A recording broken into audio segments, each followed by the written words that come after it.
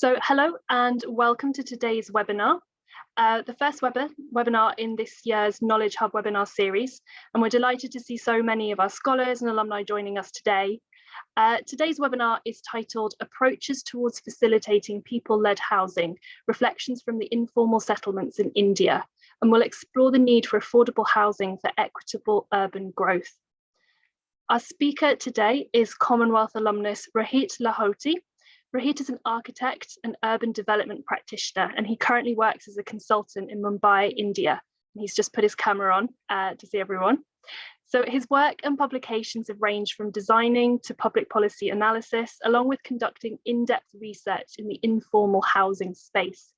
In his recent most engagement, he co-founded the voluntary initiative, the Centre for Inclusive Habitat. And this is something that he's going to give us all quite an in-depth insight into. So we're very much looking forward to today's webinar. So I'm now going to hand over to our speaker to give a bit more background on his work and his professional experience, and then to begin the webinar. Thanks everyone for joining. Over to you. Perfect. Thanks a lot, Christy. Hi everyone. Thanks for joining in. So yeah, I'm an architect, urban development practitioner by profession, and I completed my architecture from India in 2014, worked for some years in this space. My interest was more inclined towards urban planning, city planning, and more from a macro perspective. And I think that's when my journey began towards the more interdisciplinary sort of an understanding towards various issues in our urban development space. And housing and it gradually developed as one of my core areas of interest. So one of my predominant works was on an ethnographic project to study quality of life in Indian slums in Mumbai and Jaipur. And that's when I think the seed of understanding housing from a more micro perspective, at the same time from a macro perspective, that journey began. And yeah, so today what I'm going to share with you is a couple of experiences, one from practice perspective and one from research perspective along the journey as we go today. So yeah, let me begin my presentation. Okay, so essentially, as you must have seen the title, right? People-led housing. So what do you mean by this concept of people-led housing, right? Because there are these various terminologies depending on what context you are from. And so sometimes it is called community-led housing, collective housing, co-housing, self-built housing, cooperative housing. And this is just like a smaller subset what I'm talking about here. Essentially, what this idea of people-led housing means is to think about housing beyond just the professionals. And by professionals, I mean it is not just the architects or urban planners or engineers who can only design housing. It is a participatory process. Housing as a discipline needs to be thought not just from the lens of a designer, but from the lens of a dweller. And that's essentially what my presentation is focused on, that how housing or the process of housing development is uh, a process-based approach through participation, and not just like a consultation which is tokenistic in nature, where you just do like a sample set survey and have a checklist sort of a thing, what they want, what they don't, and then you go and build for them. It has to be more evolved through a journey of its own. And like this is the core of the presentation, where the whole idea of people-led housing is not treating the end user or the people at the end of the spectrum just as beneficiaries, where they will be given by the professionals or the experts, but it is more about treating them as partners, treating them as one amongst the multiple important stakeholders in the development process. So essentially what I'm going to talk about today is are the two approaches which I have been working towards. One is a practice-based approach, which is the Center for Inclusive Habitat, an initiative which I co-founded along with my colleague Saili Marawar, and a research-based approach, which is built on my dissertation, which I did as a part of my master's program at University College London. So let's begin with the first approach, which was a practice-based approach. And the story essentially goes around April, May 2020, when I was midway through my dissertation of master's, when there was this competition by the Nudge Center for Social Innovation. So they're based out of Bangalore, and they had this competition called Equal Cities Challenge, where we happened to participate to come up with innovative solutions for urban poverty. And we were one of the five winning teams. There were around 290 entries, and after multiple rounds of evaluation, we had a cohort of five teams, and they funded us for like around 6 months to develop this initiative and pilot it on ground. And this is the seed of what we today call a Center for Inclusive Habitat. But when we started, it essentially was called as a DIY toolkit for community-led development. And why DIY toolkit is essentially what we're going to talk about even as we go ahead, and why the name change is something you will explore. So broadly, there are this six sets within which I'm going to talk about. So one is, what was the problem we identified? How did we think about the solution? What were the goals, the initial pilot goals? And what was the implementation strategy for the pilot? What were the steps and what were the challenges? So let's begin with the problem, right? So any solution cannot be robust till the time we understand the challenge. And one of the challenges, which essentially what we were trying to deal here, was how can people be more inclusive in the development process when it comes to housing development, housing redevelopment, and what are the key ingredients essentially for people-led housing to really take shoot or like take the root on ground essentially. And some of the things which we essentially realized was you need a conducive and effective policy and regulatory requirement environment, along with strong institutions which are not just at public level but also at private different private enterprises level, along with civil society. There has to be a strong political will. This is like essentially the core of so many things, right, across the context, because you cannot be as much as resources and bandwidth and knowledge one might have, but till the time there is also a strong political will, things cannot materialize on ground. And of course, community cohesion and ownership, because essentially if the people who are the main stakeholder, one of the main stakeholders for whom the housing has to materialize, if they don't take ownership of the processes, then any sort of solution is bound to be one-sided or it's bound to fail. And the core sort of an ingredient which we thought we can start addressing through this initiative was accurate and reliable information. By that, we essentially mean the information which is relevant to people and it is digestible in a simple, easy to understand form. And that's something which was our core sort of a ingredient which we sought to tackle through this initiative to begin with. Now, before I go deep dive into before I deep dive into the initiative, let me first take you through a typical slum rehabilitation scheme model, which is prevalent in a context of Maharashtra, which is on the western in Western India. And essentially, what happens in slum rehabilitation scheme is it is based on a cross subsidizing model.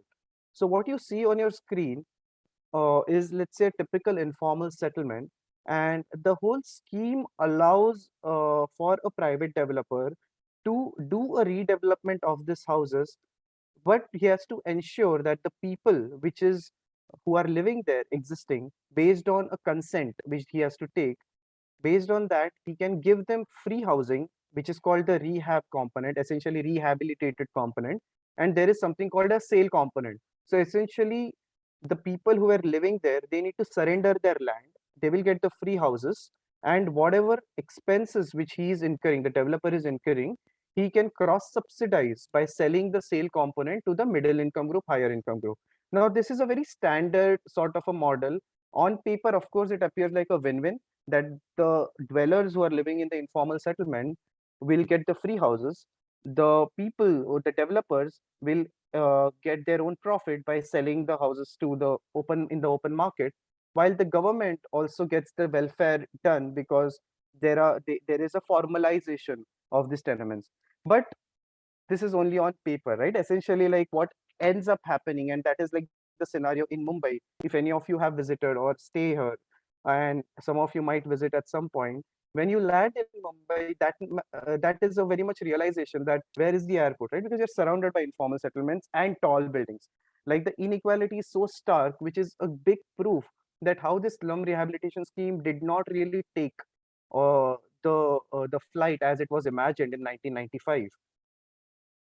So with this as a background, let's go back to how did we begin thinking about how to address the problem, and what essentially what was our theory of change, or what is our theory of change, is to understand first of all that there is a massive information and repository which we need to kind of uh, understand, read, and synthesize.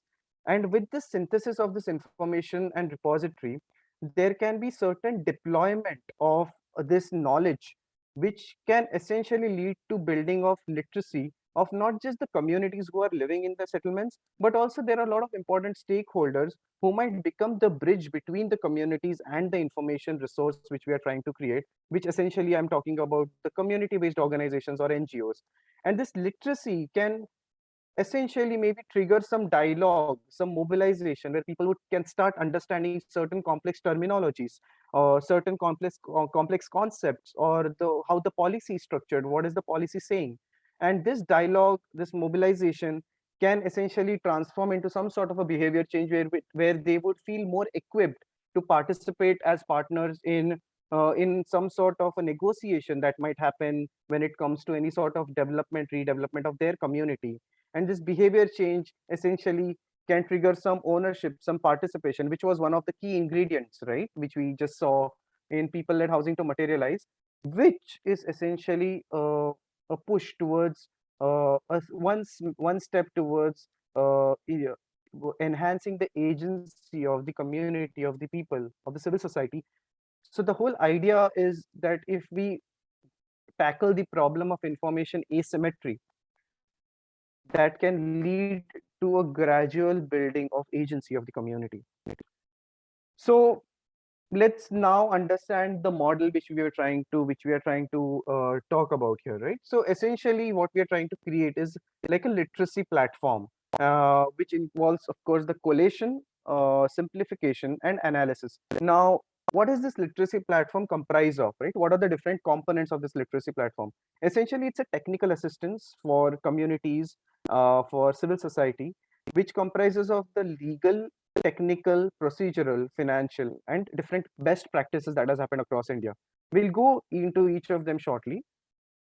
But essentially, this technical assistance is who is our audience, right? Our audience is the civil society organization and the NGOs, and of course the community representatives. Now, what do I mean by community representatives, right? Because community is a very interesting and sometimes it can become a very abstract term. Like, how do you define a community? So, of course, I mean, depending on the context, depending on the settlement, the idea of community can vary a lot. But what essentially we were also trying to think is people who can have some technical understanding and they have some trust which is established within the neighborhood, who can become the mediator of this knowledge with the larger community in place, which is beneficiaries, which essentially is like a stepwise approach which we thought to bridge uh, through this target segment which we are trying to tackle here. Now, what were our short-term goals when we began? Of course, we had to do a thorough understanding of the housing landscape, about the existing policy, existing networks. We had to locate what are the possibilities for people-led housing to materialize, right? When we are talking about people coming together, building like a society or some sort of a common entity, and then they take in charge of fighting towards their adequate and affordable housing. What essentially are we talking about here within the existing and regulatory frameworks?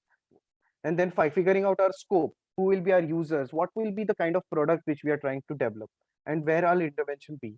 And then develop a beta version of this literacy platform in order to test and deploy this and see how it is performing. That is like the stage we are at presently.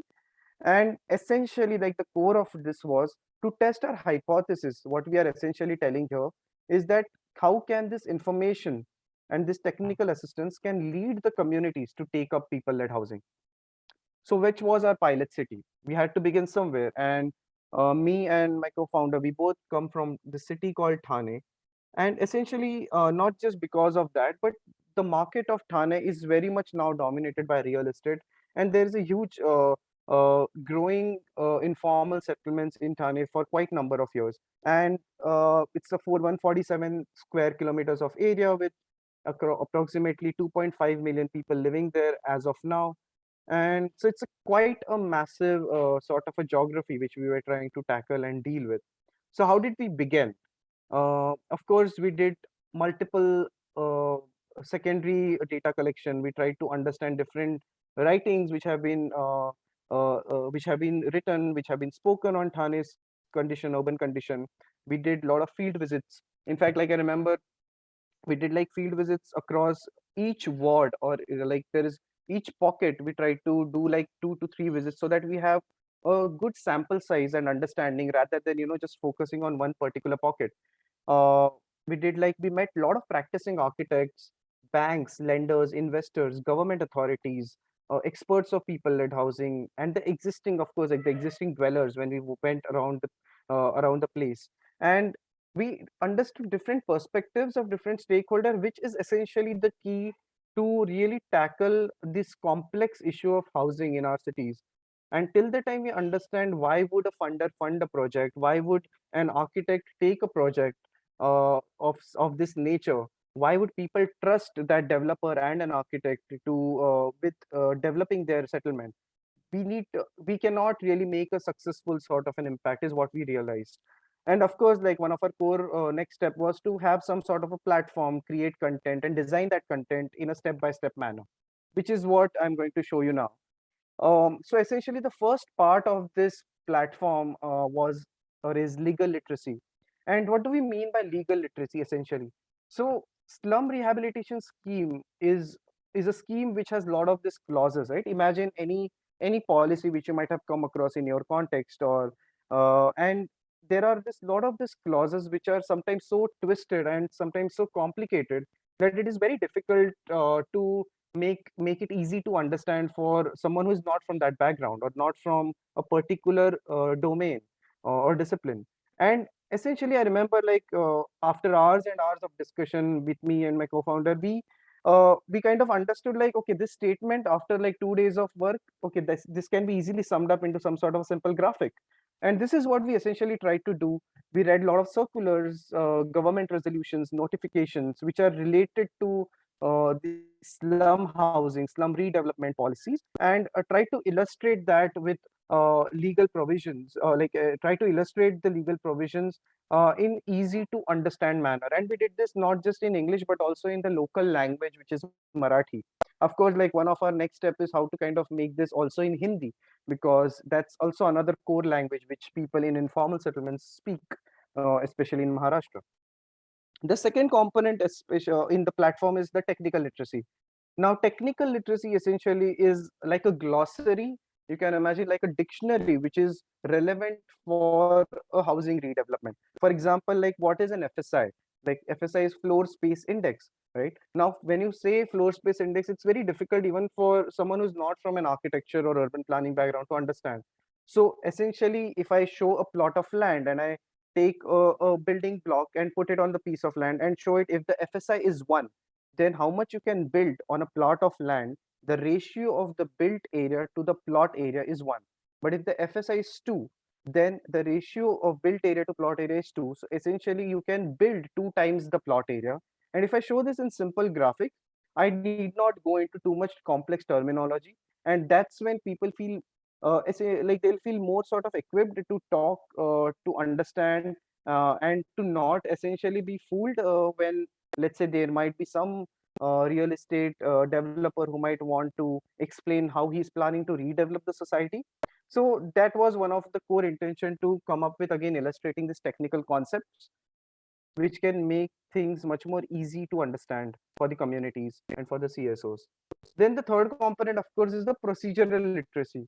Now, what is very interesting is it's been almost more than 25 years since slum rehabilitation scheme began in Mumbai, Maharashtra, and we found it so difficult to understand what is the start to end process, because it's so complicated, and like there are very few architects who actually enter in this redevelopment sort of a model, because there are a lot of procedural gaps which leads to a delay of project, and that's why a lot of these projects still are incomplete, or they are stalled for various reasons.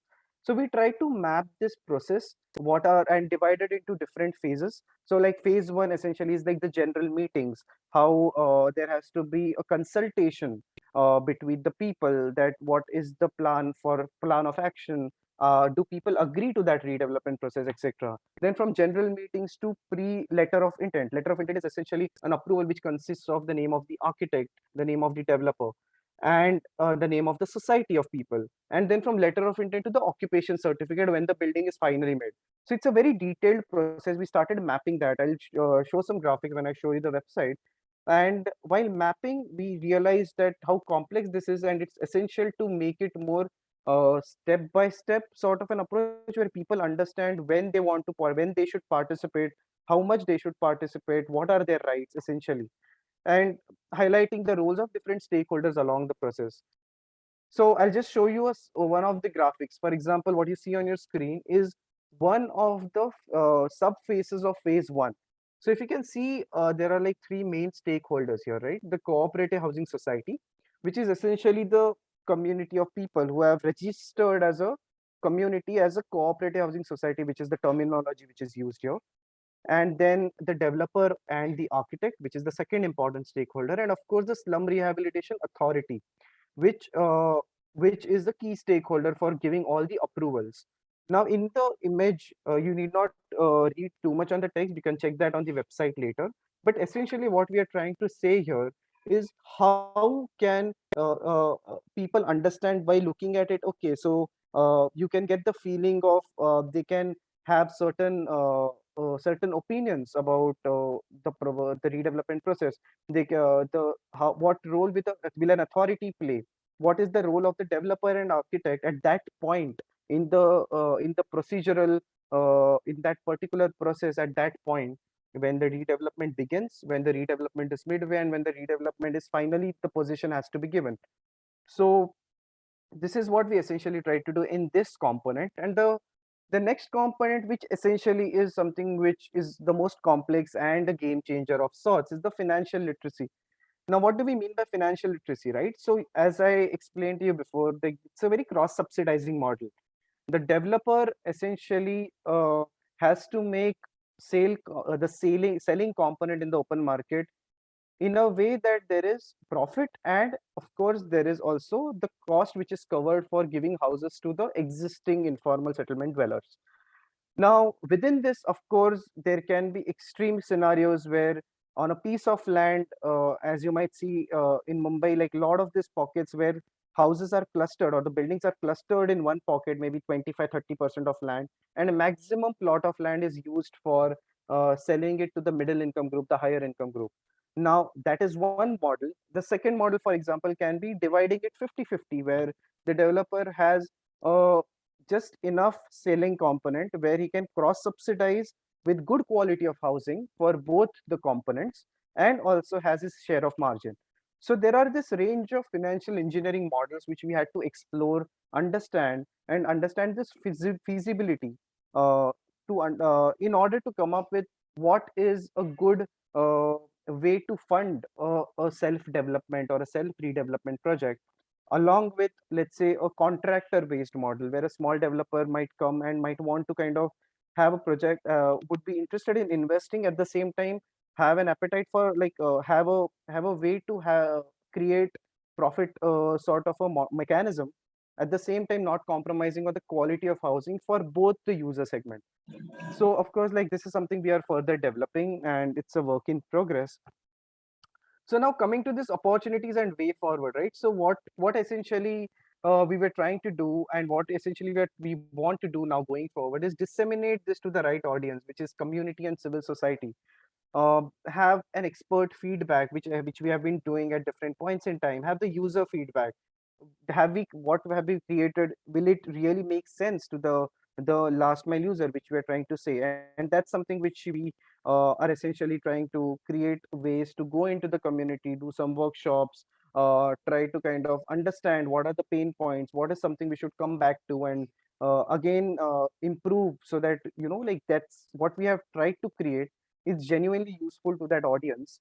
And finding different kinds of users, because this is not essentially just for the end user or for the end beneficiary, because there are a lot of the secondary or indirect benefits which this platform can happen. For example, one of the ways is like a lot of this architecture urban planning students, when we kind of shared this on LinkedIn, they wanted to work in the housing, develop their research projects in this space, because now they have some repository based on which they can build.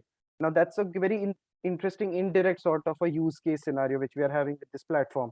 Or finding some government officers like engineers who would want to use this to develop sort of a communication between them and the community or civil society at large. Can this be used for making genuine healthy policy recommendations?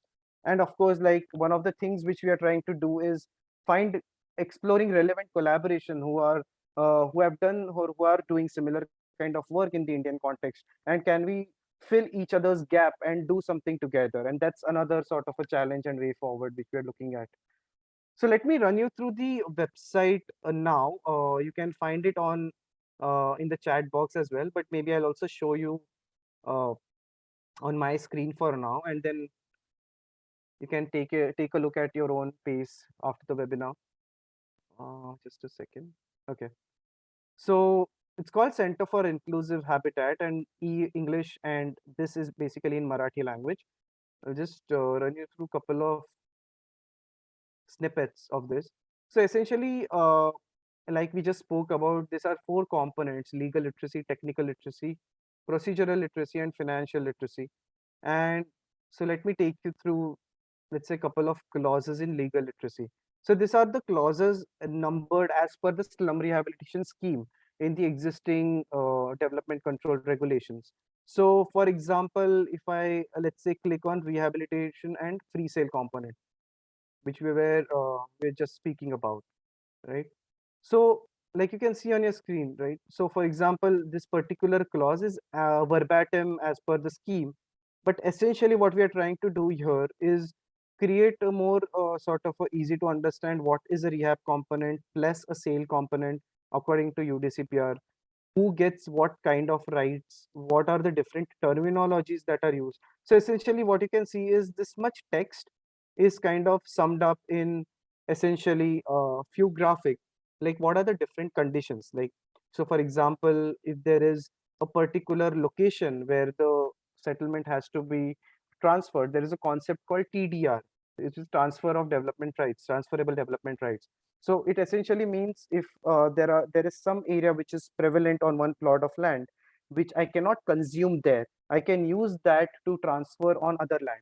Now, how do you explain that in a more easy to understand way? And who gets how much area? What is the percentage of rehabilitated component that needs to be constructed? How much the sale component can be constructed? So there are all these nuances in these policies in this particular scheme, and trying to explain that in easy to understand manner. So I'll just, of course, like this is much more detail.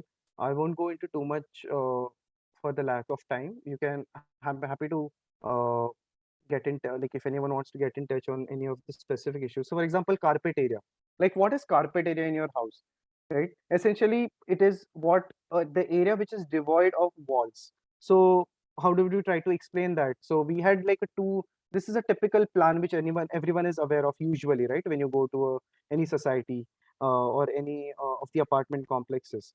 So what you see in your pink is essentially the carpet area where you can lay the carpet. Essentially, that's what it means. And then what is a built up area? That is another explanation where you cover the walls along with this built up area, along with the carpet area.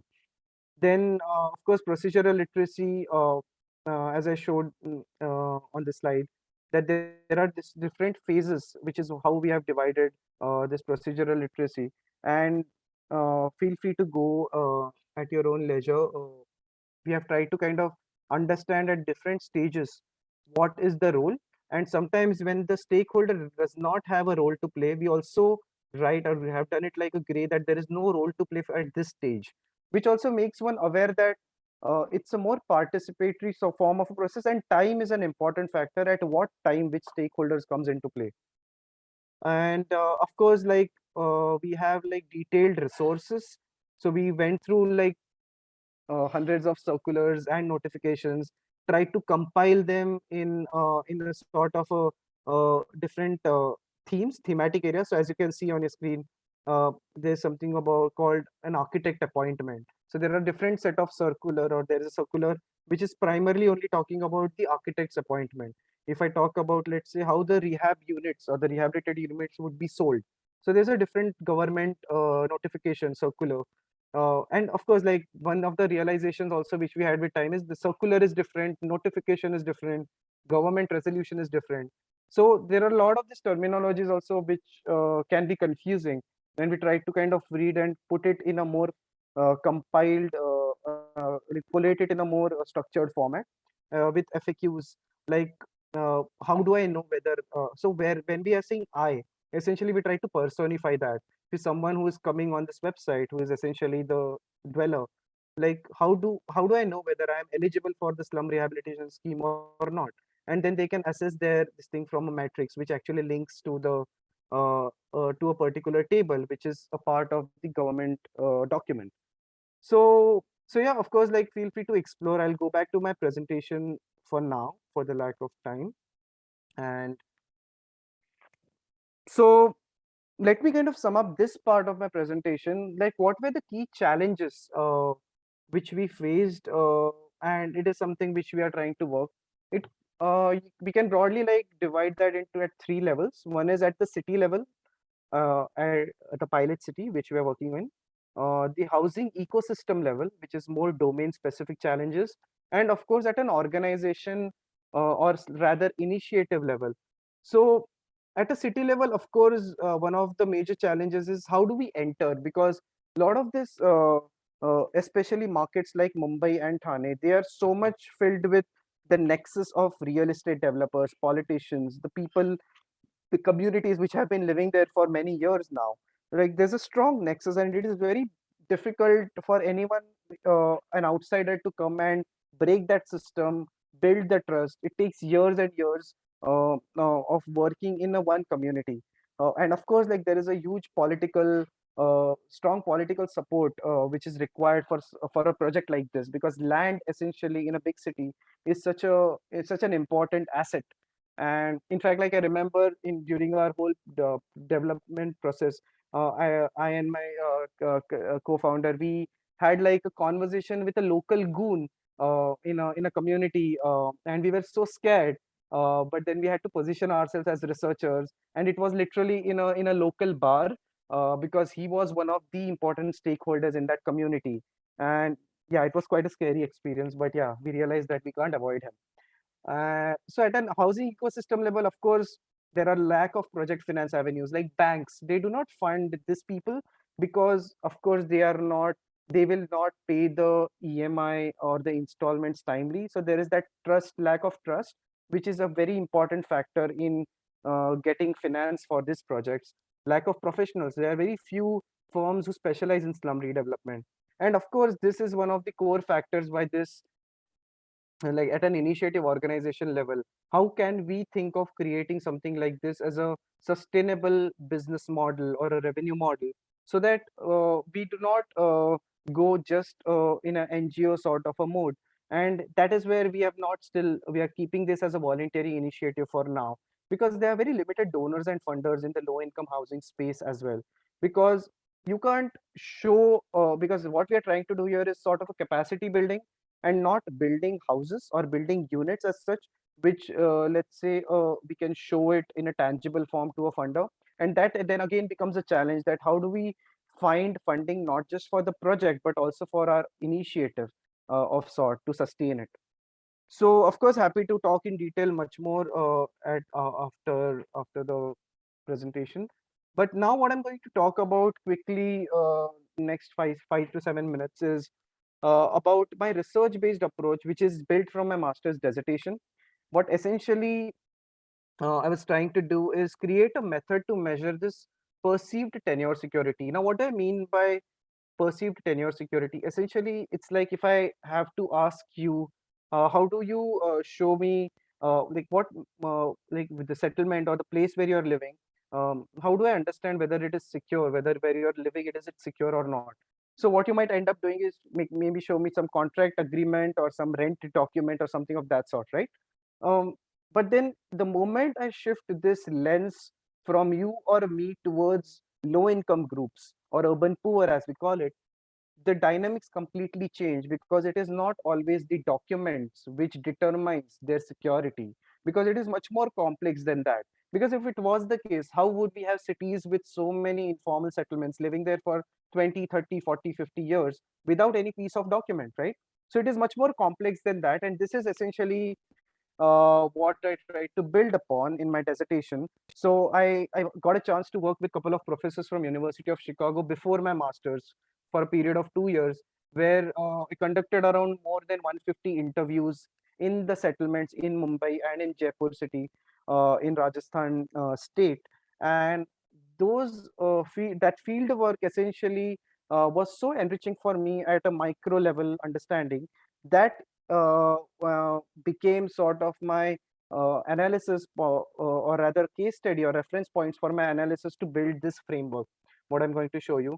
And yeah, this was recently published. Happy to get some more detailed questions whenever you get a chance. If you would want to go through this, it's an open sort of a paper, and you can find it on this link. You might find it on the chat box.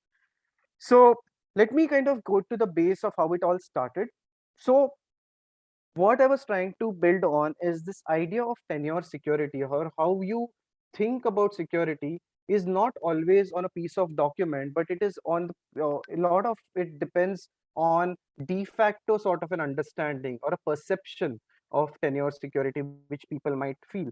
So just because I do not have a document or a title of my place, of my land, of my house, does not or need not translate into me being informal or illegal, but that is essentially how cities look at this dwellers, right? And that is essentially creates this whole binary approach which Hernando de Soto, he's a Peruvian economist, there's this whole book which he has written on mystery of capital. And this the whole idea which he was trying to say is that if you the step to formalization is an important one, because then people will start accessing like they can access to finance. But there is the whole at the root of that thought is that it tries to divide people into binary. It does not recognize the different various forms of making people or building security. Rather, it looks at it from good and bad, black and white sort of a perspective. And essentially this is what you see on your screen, is it was much more complex. So there is a de jure form of tenure security, which is essentially what you and me can essentially prove like a document or a title. But there is a very important component of de facto tenure security, which is more verbal often, which need not have a document. For example, just imagine a politician or a local elected councillor coming to a settlement, and he ensures the people that they will not be evicted from that place, but they should ensure that they bring him back to power. Now, that is a form of a building of security in people's mind, where there is no legit proof of or tangible evidence, right?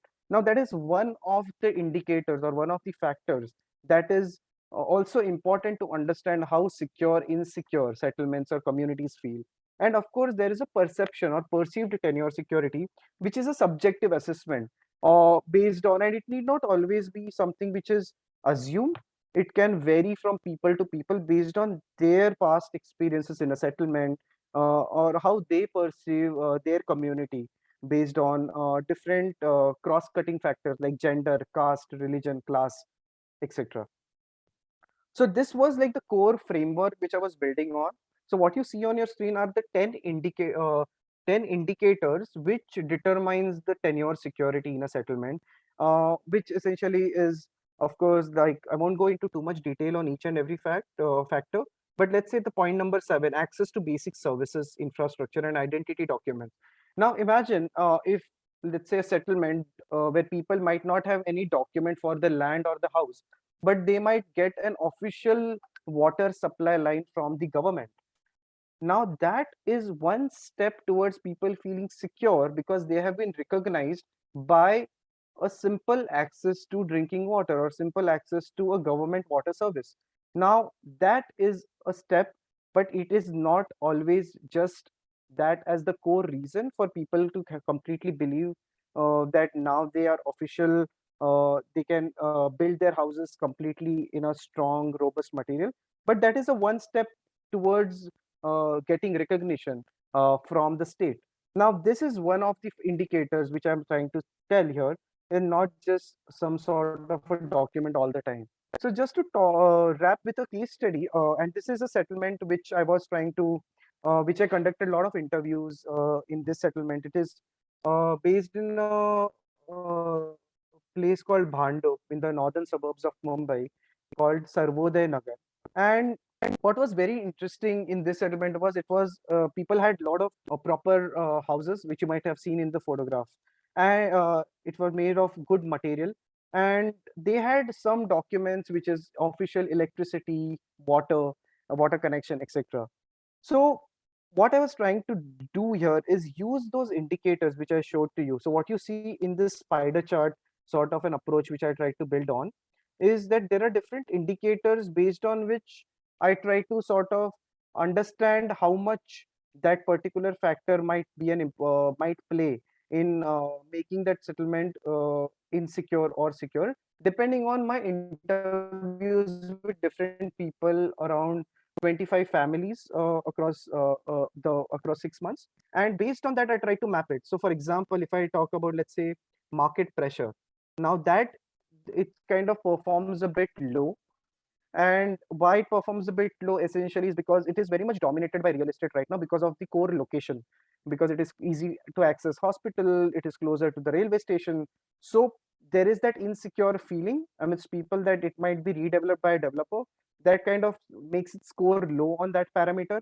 But of course, from a point of view of, let's say, location primacy, now it is a core location, and people know that they can defend their land. So then that gives them sort of an awareness. There is a lot of solidarity networks within people, and then that it becomes an important factor towards them feeling more secure. So what essentially I'm trying to do here is that one has to go through these different layers and indicators before just blindly saying that this settlement is informal, illegal, and they do not have any like the only way to get tenure security is to give them titles. That's a very simplistic way to look at this complex problem.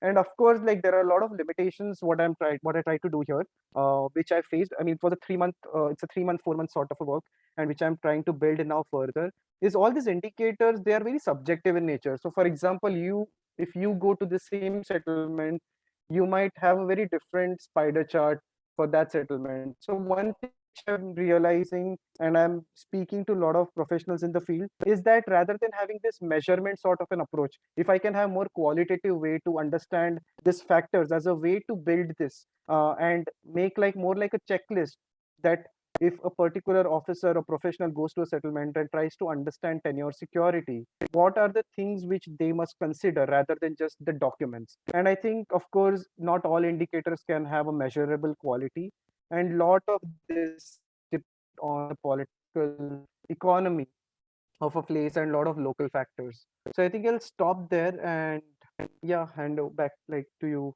over to you, Kirsty.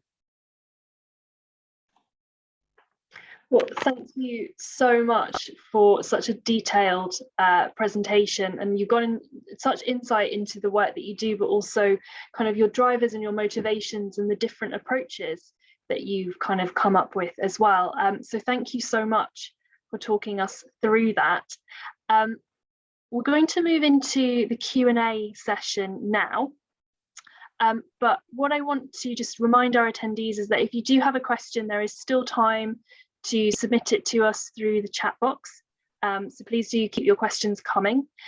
There may have been a little bit of a technical issue with showing your website. I don't know if others also experienced it. So what I would suggest is that if we have time kind of after a couple of questions from the Q&A, we'll go to kind of have a look at your website if we can see that in a bit more detail as well. So We had some questions submitted in advance from some of our attendees, so thank you to everyone that did think of their question in advance. And I guess we'll go to that first one, which is, what are the possibilities that this approach could work or be achievable in other developing countries? And what are the challenges that may be encountered? Right.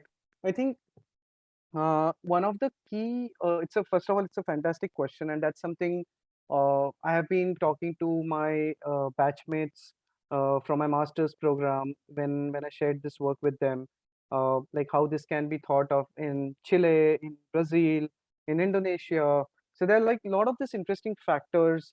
Like one of the realizations while working on this is the whole regulatory and the legal environment in a particular context plays a huge role, depending on what is the kind of policies and schemes which has been developed in that place over a period of time, how it has evolved, what kind of influences it has had, what is the role of civil society in the development of certain regulations and policies in that particular context. I think that plays a huge role whether that regulatory environment is more inclusive or it's more exclusive of people.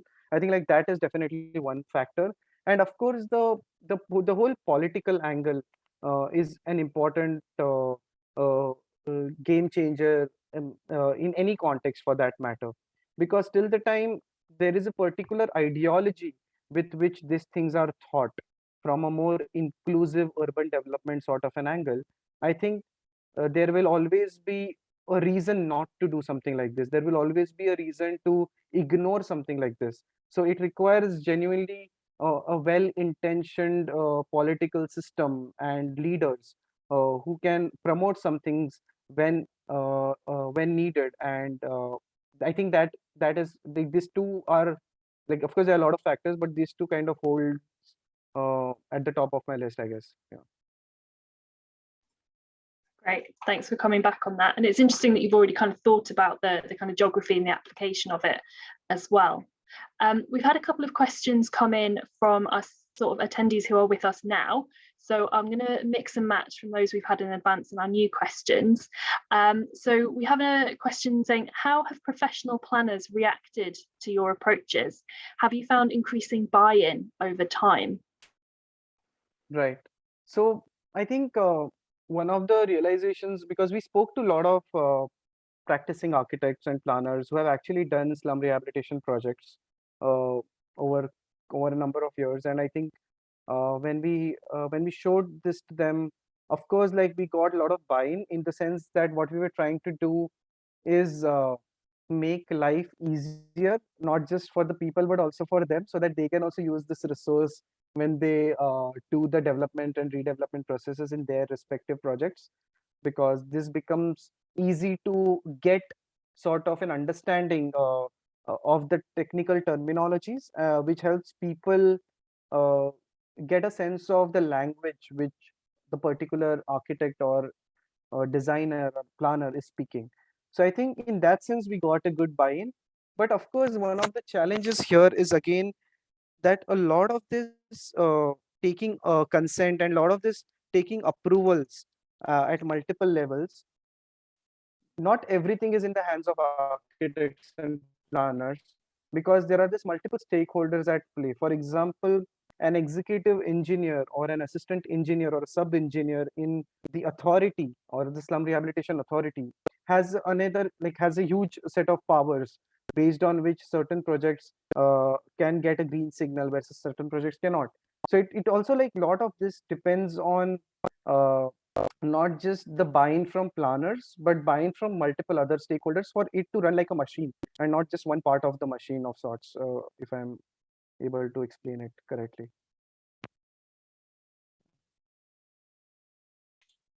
Great, thanks for that response. Going to a question that we had in advance from attendee who I hope has managed to join us. What is the funding model used to implement low-cost housing improvements in informal settlements? Sorry, can you repeat that question? Sorry, what is the funding model used to implement low-cost housing improvements in informal settlements? Right. So, I mean, of course, like there are multiple different kinds of funding models. I think so. The one I showed today is more cross-subsidizing sort of a model, which the scheme essentially promotes, where the money is put in by the developer, the real estate developer, and that's how the profits are generated. But then there are this range of models. For example, one of the models is there is a scheme, there is a policy called Pradhan Mantri Awas Yojana, uh, which essentially is a central government scheme where a lot of this people living in informal settlements or low income, a lot of these low income groups, they get subsidies depending on their different modalities to that, categories to that, but they get subsidy from the local, like the state government, some part subsidy from the central government, based on which they can pull in some of their money and then they can build the housing. So there are these layers of funding model uh, based on which, of course, like I mean, depending on the kind of income group. So essentially, one of the core ideas is also self-redevelopment, which we try to build on and develop. So in this self-redevelopment model, of course, that is more prevalent as of now in middle income groups where the land documents and titles are cleared. So then the bank essentially gives the loan to the cooperative housing society of people.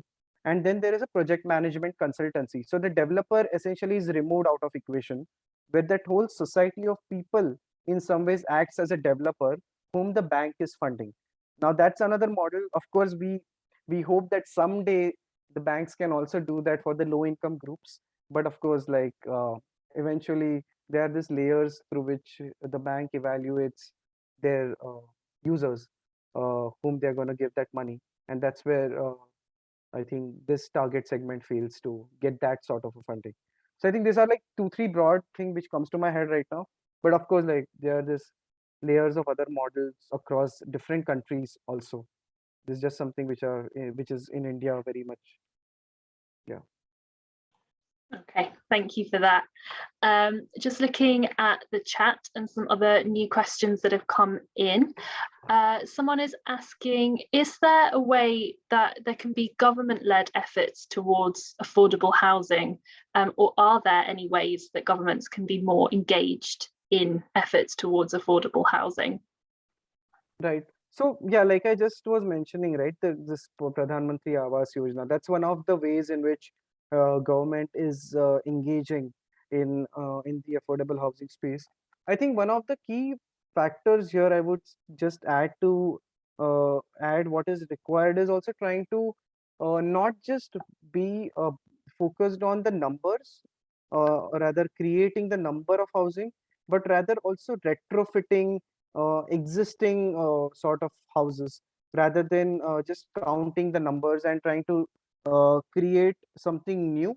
It can also be something which can be more uh, uh, uh, like trying to analyze the condition of the house and then trying to maybe uh, give them certain security and like linking my both the presentations essentially. So I would say the government efforts are there, but a lot of it is dependent on the numbers, that how many houses they made in how many years, and that gives the parameter to measure the success, which essentially is a bit flawed because there are tons of across India there are a lot of these pockets where like thousands and thousands of houses and apartments have been built and they are lying vacant because either they are outside, like maybe 10 15 kilometers outside the main city, and a normal daily wage worker cannot afford to spend so much money in the transport, so he ends up living in low quality conditions closer to the city rather than having a chance to go to a good quality formal housing in, let's say, 10 15 miles away from the main city. So essentially, what I'm trying to get here is the idea of people coming to cities from rural to urban or from smaller cities to bigger cities. They don't come here for housing, they come here for work. Housing is something which is more a secondary, or rather often it comes much later when they have basic priorities set of their livelihood. And I think so, yeah, I mean, of course, government, the state is there, the state is intervening, but of course that a lot of focus is on the numbers, creating new and creating something from scratch, I would say. So yeah. That's a really important observation, actually, about the kind of other priorities and pressures that are kind of circling around sort of housing and its demands and needs. Another question that we've had come in asks, are women facing any challenges or having their rights to house ownership? So that's particular challenges that women may be facing amidst this. Right. No, yeah, like definitely. I mean, I think one very interesting sort of development in this policy of in the scheme Pradhan Mantri Awas Yojana is that the owner, if I'm understanding correct, if I remember correctly, the owner will be the woman of the house, or it has to be a joint ownership, but the woman definitely has to be one of the owners of the house, which is eventually developed by the subsidy of the government. And I think apart from that, of course, what is very what is still not exactly clear is the focus on different gender angle in when we think about housing and housing redevelopment. I think that is something which is still lacking in different initiatives. Of course, there are this different self-help groups or the women collectives, if I who essentially play a role in terms of the community building in some ways, and they have strong influence in those respective settlements and community, which can essentially play as a collective important factor in terms of determining the fate of that settlement. But yeah, I mean and I think I would have to still look more into the particular rights and ownership angle to women, but it's not something which is very well developed, I would certainly say. Thank you for talking through that. Conscious of time, so I just want to, before I ask the final question, just thank everybody for all of the questions that are coming in, and just remind you that there were a number of different links to various resources that were shared in Rohit's slides. They have been sort of also shared in the chat box. So do kind of, before we close the webinar, make sure that if you wanted to have a look at the YouTube video or more information about the website and go through the pages and that in your own time, the links are in the chat box, so do just have a look. And I also want to just give a shout out to an attendee who has also posted a link to their own publication on, it's based on field work in squatter settlements in Delhi as well. So just to give a shout out to that attendee and have a look at the link that they've shared. So the final question before we wrap up for today is, do you believe public-private partnerships could help in meeting the housing deficits in urban areas? Yeah, I think it's a very interesting and tricky question, and I think that's something which essentially is this slum rehabilitation scheme model, which is a public-private partnership, what you must have realized. And I think one of the core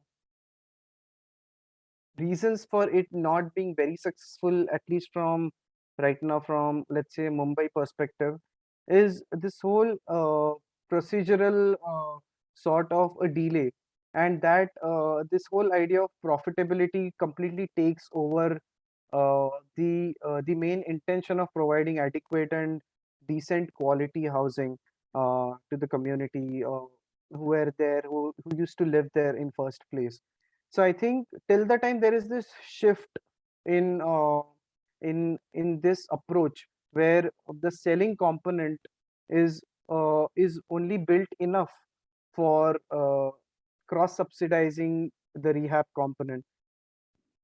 I think then till that time that there's that shift, and of course like another shift, and I think one of the core reasons why I personally also feel and is this scheme like this, which a PPP model or public-private partnership model has failed, is there is this concept of free housing, because the existing dwellers get houses for free, and I think the moment you make something free, essentially the value of it decreases, and at the same time then it becomes very populist or a political sort of a uh, way to build a narrative that uh, if people are getting those free houses, then why would they even pay for a good house? They would rather get something free for not so good adequate quality of housing. Essentially that is like also the mentality or the trick which is often played in a public-private partnership model. So I think public-private partnership model, for it to be successful, it has to be consultative, and for it to be consultative, people need to have more easy access to information. And once they have an easy access to information, once they understand a lot of this terminologies, a lot of this complex legal frameworks, regulatory frameworks, I think that can be one of the steps for them to engage with the private stakeholder, with the government stakeholder, and them being an important stakeholder, and of course with the civil society. So essentially, I think what I'm talking here is multi-stakeholder sort of an approach, which is extremely essential, where there is a genuine participation and not just one way sort of a consultation. And I think in that sense, the public-private partnership model can definitely be successful. And it has happened in different places in India, which is like a lot of it is available on the web. Happy to share if any of you is interested on my email ID. Yeah, please do send a mail. Yeah. Well, thank you so much. Our Q&A has now come to an end, and with that, so has our webinar. So just to say a huge thank you to Rohit for such an in-depth and detailed presentation today, and also thank you to all of our attendees as well. Lots of questions and comments in the chat box, and I'm sure that you will be connecting post-webinar either in the Knowledge Hubs or directly to ask any further questions or share some ideas and thoughts as well. So thank you again to everybody for attending, and we hope that you enjoyed the webinar today.